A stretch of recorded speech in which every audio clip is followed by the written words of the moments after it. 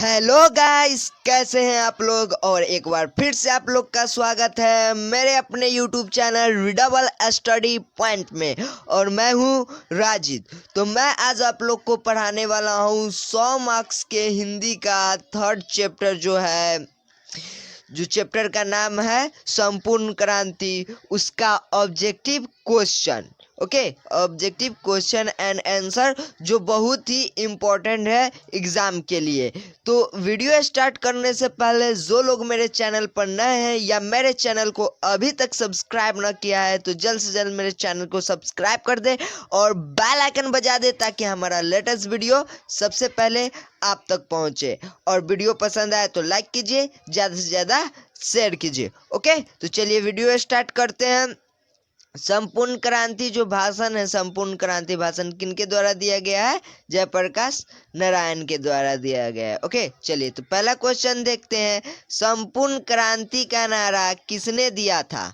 तो संपूर्ण क्रांति का नारा जयप्रकाश नारायण ने दिया था। तो इसका आंसर हो जाएगा आंसर बी। ओके, चलिए अगला प्रश्न देखते हैं कि संपूर्ण क्रांति है, संपूर्ण क्रांति है क्या है बुआ? एक भाषण है। तो इसका आंसर क्या हो जाएगा? ए, क्योंकि जो जयप्रकाश नारायण थे उन्होंने, जेपी साहब ने एक भाषण दिया था जिसमें संपूर्ण क्रांति का मांग किया था। ओके, चलिए अगला प्रश्न देखते हैं। अगला प्रश्न है जयप्रकाश नारायण का जन्म कहाँ हुआ था? जयप्रकाश नारायण का जन्म सिताब दियारा में हुआ था। तो इसका आंसर हो जाएगा आंसर बी सही। ओके, चलिए अगला प्रश्न देखते हैं।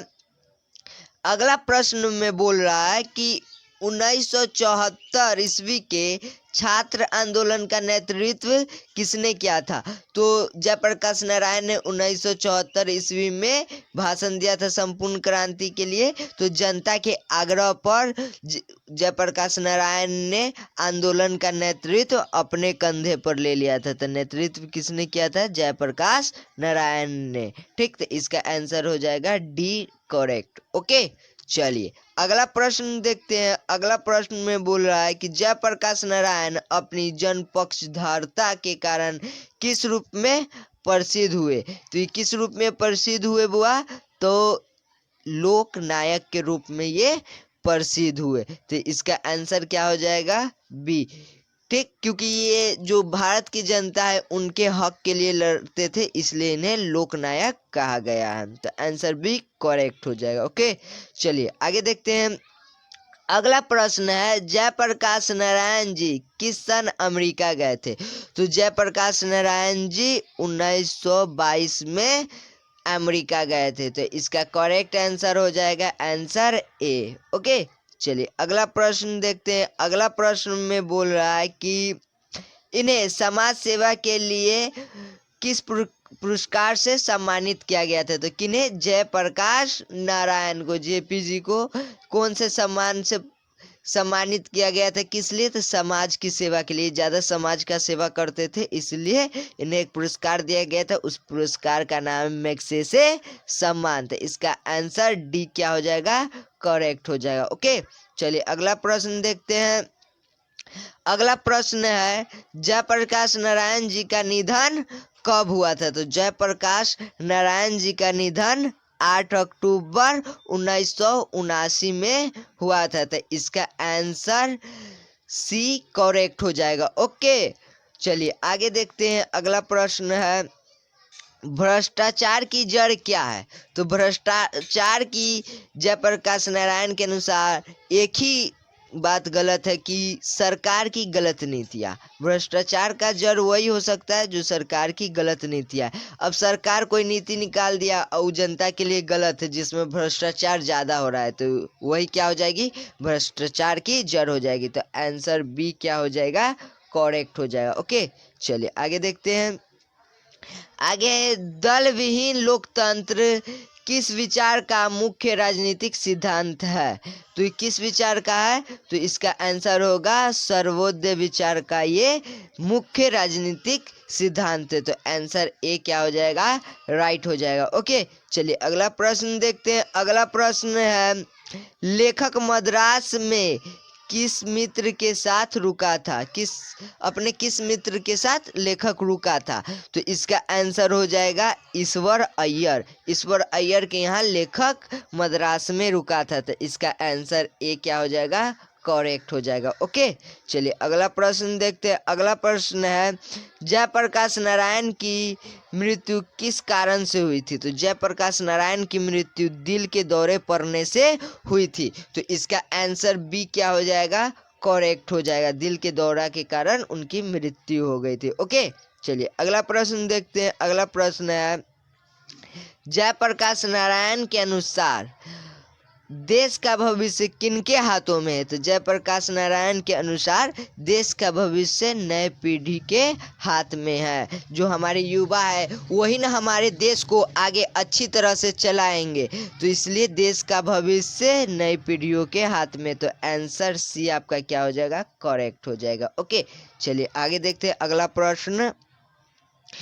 प्रश्न है, लेखक किस मित्रता को ठोस मानता है? लेखक किस मित्रता को ठोस मानता है? तो लेखक अंडरग्राउंड जमाने की मित्रता को ठोस मानता है, तो इसका आंसर सी क्या हो जाएगा, करेक्ट हो जाएगा। ओके, चलिए अगला प्रश्न देखते हैं। अगला प्रश्न है, लेखक ने बिहार विद्यापीठ से कौन सी परीक्षा दी? तो लेखक ने बिहार विद्यापीठ से ISC की परीक्षा दी, तो इसका आंसर डी क्या हो जाएगा, करेक्ट हो जाएगा। डी इसका राइट हो जाएगा। ओके, बिहार के जो विद्यापीठ से उससे क्या दी थी, ISC की परीक्षा दी थी। आगे देखते हैं। अगला प्रश्न है, जयप्रकाश नारायण विदेश से लौटकर कांग्रेस में शामिल हो गए, लेकिन क्यों शामिल हो गए भाई? तो इसका आंसर ये है कि वे देश आज़ादी की लड़ाई में शामिल होना चाहते थे। जो देश गुलाम था तो देश की गुलामी को आज़ादी में बदलने के लिए उन्होंने क्या किया कि जयप्रकाश नारायण ने कांग्रेस में शामिल हो गए जाके, तो इसका आंसर डी क्या हो जाएगा, करेक्ट हो जाएगा। ओके, चलिए अगला देखते हैं। आगे है, जयप्रकाश नारायण का जन्म कब हुआ था? तो जयप्रकाश नारायण का जन्म 11 अक्टूबर 1902 में हुआ था। ये जो मेरे समरी का वीडियो है, जयप्रकाश नारायण जी का संपूर्ण क्रांति का समरी का वीडियो, उसमें हम ये बात बताए हैं कि उनका जन्म कब हुआ था, मृत्यु कब हुई थी, उनकी माता का नाम, पिता का नाम और उनके बारे में डिटेल में बताया है मैंने, ठीक है ना। डिस्क्रिप्शन में उसका लिंक दे दूंगा, अब जाकर समरी का वीडियो जरूर देखिएगा। ओके, चलिए आगे अगला प्रश्न है कि जयप्रकाश नारायण के बचपन का नाम क्या था? तो जयप्रकाश नारायण का बचपन का नाम बाउल था, तो आंसर डी क्या हो जाएगा आपका, करेक्ट हो जाएगा। ओके, आंसर डी करेक्ट हो जाएगा।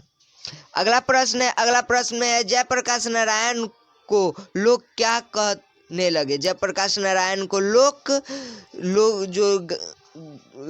थे वो क्या कहने लगे, जनता क्या कहने लगी? तो लोक नायक कहने लगी, यानी लोगों के हीरो। नायक मतलब हीरो होता है। ओके, तो लोगों के हीरो कहने लगी। ओके, चलिए अगला प्रश्न देखते हैं। अगला है, बिहार के छात्र आंदोलन का जेपी ने कब नेतृत्व किया? यानी जयप्रकाश नारायण ने बिहार के छात्र आंदोलन का नेतृत्व कब किया? तो 1974 में नेतृत्व किया था। इसका आंसर क्या हो जाएगा, आंसर बी करेक्ट हो जाएगा। ओके, चलिए अगला प्रश्न है। अगला प्रश्न में देखते हैं, रिकंस्ट्रक्शन ऑफ इंडियन पॉलिटी पुस्तक किसने लिखी? तो किसने लिखी बुआ? तो जयप्रकाश नारायण ने ये पुस्तक लिखी है, तो आंसर सी क्या हो जाएगा, करेक्ट हो जाएगा। ओके, चलिए आगे देखते हैं। अगला है, जयप्रकाश नारायण को कौन सा पुरस्कार मिला? तो कौन सा पुरस्कार मिला? तो देखिए, उनको मैग्सेसे सम्मान मिला। क्यों?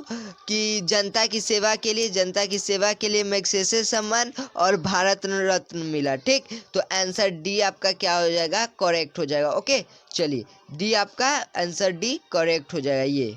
चलिए अगला प्रश्न देखते हैं। अगला प्रश्न है कि संपूर्ण क्रांति वाला पाठ भाषण के रूप में गांधी मैदान में जेपी ने कब दिया था? तो जेपी ने बुआ 5 जून 1974 में जेपी ने ये भाषण दिया था। तो इसका आंसर ए क्या हो जाएगा, करेक्ट हो जाएगा। ओके, चलिए आगे देखते हैं। आगे है, किस पाठ में आया है, अगर कोई डेमोक्रेसी का दुश्मन है तो वे लोग दुश्मन है जो जनता के शांतिमय कार्यक्रम में बाधा डालता है, उनकी गिरफ्तारी करता है, उन पर लाठियां चलाता है, गोलियां चलवाते हैं। तो ये सब क्या है, जनता की दुश्मन है। ठीक, तो ये किस पाठ में लिया गया, किस पाठ से लिया गया है, तो संपूर्ण क्रांति से लिया गया है। तो इसका आंसर बी क्या हो जाएगा, करेक्ट हो जाएगा। ओके, तो चलिए आगे देखते हैं। आगे है, जयप्रकाश नारायण को किसका दलाल कहा गया है, तो जयप्रकाश नारायण को अमेरिका का दलाल कहा गया है। तो आंसर जो आपका डी क्या हो जाएगा, करेक्ट हो जाएगा। ओके, चलिए आगे देखते हैं। अगला प्रश्न है, जयप्रकाश नारायण के स्वास्थ्य पर निगरानी रखने वाले डॉक्टर का नाम क्या है, या डॉक्टर का नाम है। ठीक, तो उनका नाम है डॉक्टर इरफान। क्या है, डॉक्टर इरफान। तो इसका आंसर बी राइट हो जाएगा। जो जयप्रकाश नारायण के स्वास्थ्य पर निगरानी रखते थे वो डॉक्टर इरफान थे। ओके, चलिए आगे देखते हैं। अगला क्वेश्चन है, अगला, जयप्रकाश जी को किसका भाषण सुनकर अमेरिका जाने की प्रेरणा मिली, तो किनका भाषण सुनकर उनको अमेरिका जाने की प्रेरणा मिली, तो स्वामी सत्यदेव की भाषण सुनकर उनको अमेरिका जाने की प्रेरणा मिली। तो इसका आंसर बी क्या हो जाएगा, करेक्ट हो जाएगा। ओके, चलिए आगे देखते हैं। फ्री प्रेस के मालिक कौन थे, फ्री प्रेस के मालिक सदानंद जी थे। तो आंसर सी क्या हो जाएगा, करेक्ट हो जाएगा। ओके, चलिए आगे देखते हैं। आगे है, ब्रेन ऑफ बॉम्बे किसे कहा गया है, तो ब्रेन ऑफ बॉम्बे उमा शंकर दीक्षित को कहा गया है। तो इसका आंसर ए क्या हो जाएगा, करेक्ट हो जाएगा। ओके, चलिए अगला प्रश्न देखते हैं। अगला प्रश्न में है, जयप्रकाश नारायण ने आईएससी की परीक्षा कहाँ से पास की, तो जयप्रकाश नारायण जी ने आईएससी की परीक्षा बिहार विद्यापीठ से दी थी। ठीक है, बिहार विद्यापीठ से पास की थी। तो इसका आंसर क्या हो जाएगा, आंसर डी करेक्ट हो जाएगा। ओके, चलिए अगला प्रश्न देखते हैं कि लेनिन की मृत्यु कब हुई, तो लेनिन की मृत्यु 1924 में हुई। ठीक, लेनिन की मृत्यु 1924 में हुई। तो आंसर डी क्या हो जाएगा, राइट हो जाएगा। लेनिन कौन था, इसके बारे में मैंने अपने समरी वाले वीडियो में अच्छे से बताया है, तो वो जाकर देख लीजिए, और नहीं तो मैं अपने इस वीडियो के लिंक में उस समरी वाले का लिंक दे दूंगा। ओके, डिस्क्रिप्शन में उसका लिंक दे दूंगा। चलिए आगे है, जयप्रकाश जी मार्क्सवादी कब बने, तो जयप्रकाश नारायण जी लेनिन के मृत्यु के बाद ही मार्क्सवादी बन गए थे। लेनिन की मृत्यु कब हुई थी, तो 1924 में। तो उसी साल वो क्या हो गए कि मार्क्सवादी बन गए। तो आंसर डी क्या हो जाएगा, करेक्ट हो जाएगा। ओके, अगला प्रश्न देखते हैं। अगला प्रश्न है कि 1974 के में बिहार प्रदेश के मुख्यमंत्री कौन थे, तो 1974 के में बिहार प्रदेश के मुख्यमंत्री अब्दुल गफूर थे। तो अब्दुल गफूर, आंसर बी क्या हो जाएगा, करेक्ट हो जाएगा। ओके, चलिए अगला प्रश्न देखते हैं। अगला प्रश्न में बोल रहा है कि किसे लोकनायक के नाम से जाना जाता है, तो वो अब तो सबको पता हो गया होगा कि जयप्रकाश नारायण को लोकनायक के नाम से जाना जाता है। तो आंसर बी क्या हो जाएगा, करेक्ट हो जाएगा। ओके, आगे देखिएगा। आगे, जयप्रकाश नारायण की पत्नी का क्या नाम था, पत्नी का नाम था प्रभावती देवी। तो आंसर सी क्या हो जाएगा, करेक्ट हो जाएगा। ओके, चलिए अगला प्रश्न देखते हैं। अगला प्रश्न में बोल रहा है कि प्रजा सोशलिस्ट पार्टी का गठन कब हुआ था, तो प्रजा सोशलिस्ट पार्टी का गठन 1952 में हुआ था। ओके, तो आंसर ए क्या हो जाएगा, करेक्ट हो जाएगा। ओके, चलिए अगला प्रश्न है, जयप्रकाश नारायण को भारत रत्न की उपाधि दी गई, यानी कब दी गई, भारत रत्न की उपाधि कब दी गई। तो इसका आंसर हो जाएगा 1998 में उनको भारत रत्न की उपाधि मिली। तो आंसर बी क्या हो जाएगा, करेक्ट हो जाएगा। ओके, चलिए अगला प्रश्न देखते हैं। अगला प्रश्न में है जयप्रकाश नारायण को भारत की जनता किस नाम से याद करती है। तो उनको लोकनायक के नाम से याद करती है। तो आंसर सी क्या हो जाएगा, करेक्ट हो जाएगा। जैसे ही जयप्रकाश नारायण का बात आया तो लोकनायक ही होता है, ठीक, और कोई इनका नाम नहीं दिया गया था, यही इनको नाम दिया गया था, लोकनायक। ओके, तो चलिए आंसर सी करेक्ट हो जाएगा। अगला प्रश्न देखते हैं। अगला प्रश्न है जयप्रकाश नारायण ने किस साल छात्र आंदोलन का नेतृत्व किया था। ये तो बात मैंने बता दिया है कि 1974 में ही क्या हुआ था, भाषण दिए थे, और उसी साल फिर भाषण के बाद उन्होंने छात्र आंदोलन का नेतृत्व किया था 1974 में। ओके, चलिए अगला प्रश्न देखते हैं। अगला प्रश्न है जयप्रकाश नारायण के पिताजी का नाम क्या था। तो जयप्रकाश नारायण जी के पिताजी का नाम हर्षु दयाल था। तो आंसर बी क्या हो जाएगा, करेक्ट, हर्षु दयाल। ओके, चलिए अगला प्रश्न देखते हैं।